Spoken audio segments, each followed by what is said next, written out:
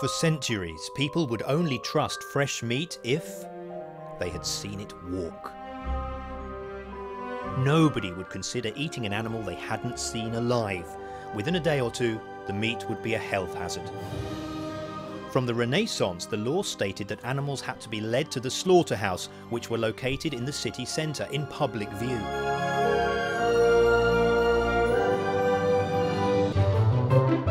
Then, refrigerators arrived and revolutionised our relationship with meat and food in general. We can now store food for longer, transport it over long distances, and trust it is fresh when we buy it in the shops. Refrigerators have done more for food safety than any law or regulation.